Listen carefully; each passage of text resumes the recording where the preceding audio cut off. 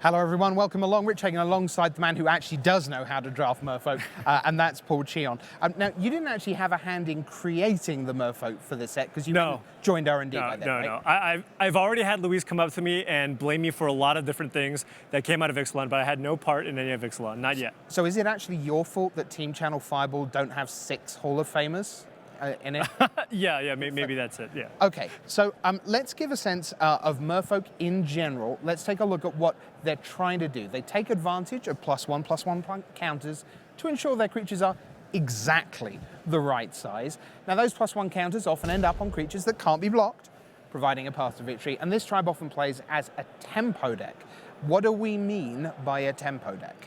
So you're just trying to kind of get ahead, establish a board presence, and then use various things like bounce spells and cards like Water Trap Weaver to kind of just push through the final few points of damage. There's also a lot of evasion in the Merfolk deck, meaning that, yeah, you play a bear, get in for a couple points of damage, sure they muck up the ground, you can still finish the game with your evasive cards. So one way of thinking about that term tempo, you say Water Trap Weaver, it's like we have a turn 3, which is our Water Trap Weaver, and we essentially reverse out their turn 2. They've got this 2-drop there that they're looking to attack with, but on their turn 3, it's like they didn't play it. Yeah, it's like a pseudo removal spell. It buys you some time. Oftentimes playing a Water Trap Weaver will mean you'll be able to get in for 4-6 points of damage because you get to kind of lock down their biggest creature on the board. Okay, well, every draft deck plays out always because it's the nature of the game. Land 1, spell 1, land 2, spell 2. We call that curve. The further you go along the game, the more resources you have, the more expensive spells you can cast. So we'll lay out the deck by curve. Let's start down at the bottom. See, in a typical decent Merfolk deck, what kind of thing might we have? Well, we've got a Jungle Delver here and a Kumena's Speaker, +1/+1 as they control a Merfolk or an island. I guess the Speaker, Paul, is a card that really only lives in this deck. Yeah, it's super rewarding if you are blue-green Merfolk, because of course, if you play this turn 1 and you drop an island, even if you don't have a Merfolk, it's still a 1-mana 2/2. If you're just like a mono-green deck, you absolutely need to have another Merfolk to go with this. Also, another card I like to talk about is Jungle Delver. When this card first came out, I was just like, oh, this card not really playable, right? It's a 1-mana 1/1, takes a lot of mana to kind of actually get this bigger, but it turns out that tribal synergies are super important. So, having Jungle Delvers in your deck doesn't actually mean your deck's necessarily bad. All right, let's take a look at 2. How busy? Whoa, hello.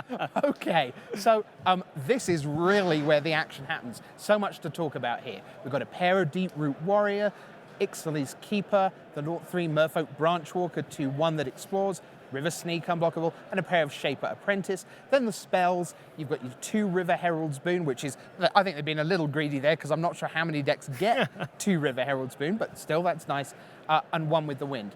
So I guess once we've got 1, 2, 3, 4, 5, 6, 7 2-drops here, Paul, that pretty much guarantees mathematically, more or less, that we have a turn 2 play. Not necessarily Jungle Delver or Kumena's Speaker on 1, but we are going to get on the board on turn 2. Yeah, it's really, really important as the blue-green Merfolk deck for you to be able to curve out and tempo out your opponents. So looking at this, this suite of 2-drops, looks pretty amazing to me. We have a couple of copies of Shaper Apprentice, which is just a fantastic card if you're Merfolk. 2-mana 2/1 flyer is just first pick quality type card. So if you're a Merfolk, this is a card that you should value very, very highly. River Sneak, 2-mana 1/1. It gets pumped when you play Merfolk. We have a couple of Deep Root Warriors, which kind of act as pseudo evasion, because in the first few turns of the game, you're not really going to be able to block this profitably because it becomes a 3/3 when it attacks. Then we have, of course, the litmus test for how good your Merfolk decks can be, and that's, of course, River Herald's Boon. This card is just completely bonkers. It makes blocking impossible. If your Merfolk opponent just attacks you with 2 mana up, what do?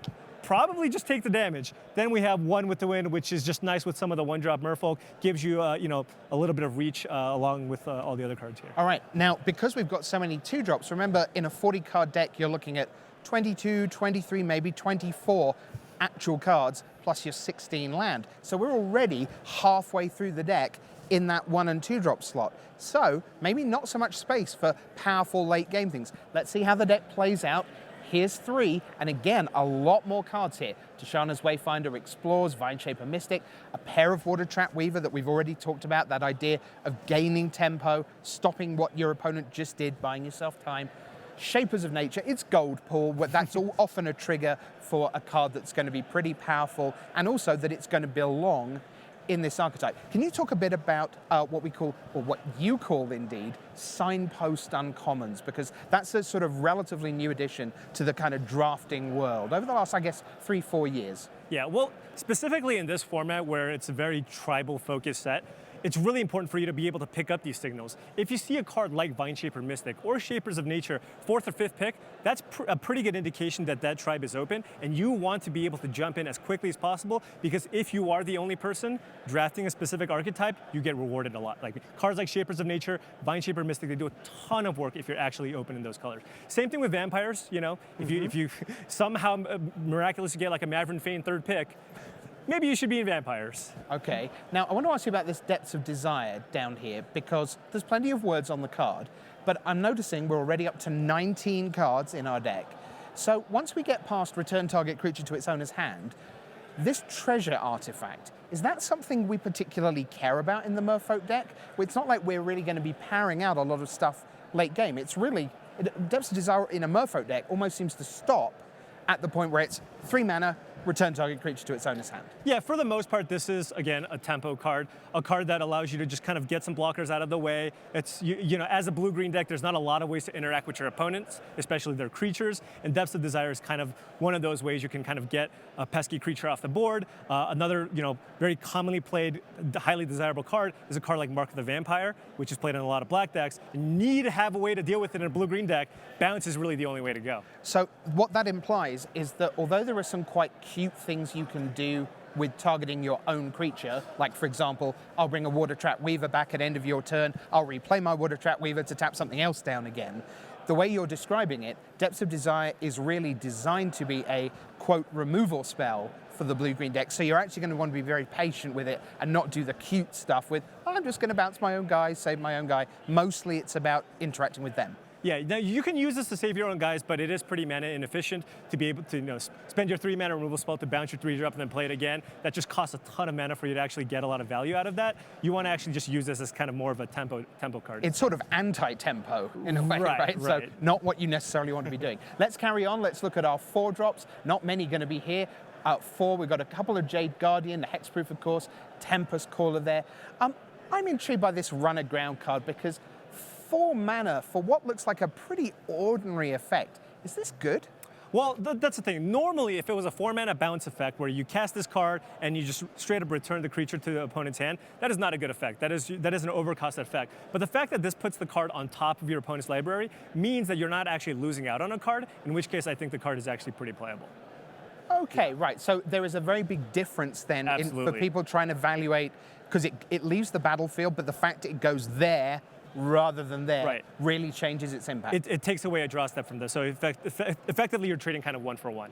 Yeah, and I kind of want to talk briefly about these Jade Guardians here. 4 mana 2/2, you know, they're Merfolk, it's nice, but it's a really, really nice combo with the 2-drop here. Yeah, I'm sure we can talk about that a little bit more in a moment. But let's round out the deck.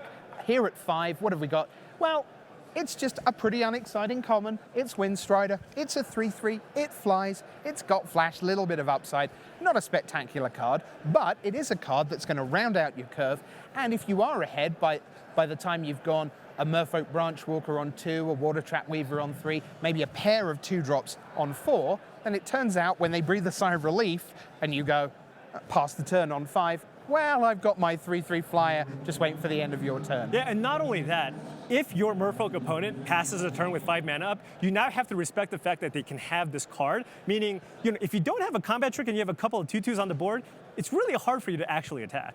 All right, so that gives you a sense of the deck as a whole, but let's go a tiny bit deeper now. Let's talk a bit, first of all, I want to talk about these 4 cards here, and you can already see on all 4 of these, I hope you can spot the theme, +1/+1 counter. Put a counter and another one on a Merfolk. Shapers of Nature, a 1/1 counter machine, and Jade Guardian, yep, even that has the enters the battlefield thing. So what does the +1/+1 counter mechanic do to the nature of the gameplay? Well, I think the 2 cards that are very, very difficult to deal with on board is the River Herald's Boon and the Shapers of Nature. Just knowing the fact that your opponent can have these cards when you play against a Merfolk deck means that, like, it makes blocking very, very difficult, which is really weird because this is also a color combination that has a lot of evasion. So it's like, well, I want to block your ground creatures because I know you're going to kill me with the flyers later, but So I don't even know what to do. So like the best Merfolk decks are really, really hard to beat. Okay, so finally, let's talk a little bit about evasion, because if you have small creatures, you need to get them through. So here's, yes. So, Wait, this doesn't have flying. well, yes and no, Paul. It's meant to have flying, and that's why God invented one with the wind. You've got River Sneak, that already can't be blocked. Water Trap Reaver, it is not in itself evasive, but by getting the blocker out the way, it creates a lane to get you through. And then Tempest Caller, well, yeah, that's a really important That's effect. going to end a lot of games. For sure. But this is the signature combo of the format within Merfolk.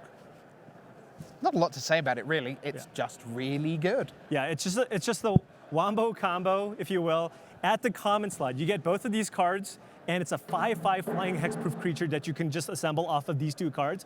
And I think when I first started drafting this format, I was just like, well, this is like my emergency. Like, if my draft goes bad, like this is what I'm going to be looking to do. No, actually, this is what you should actively be looking to do because it is just that powerful.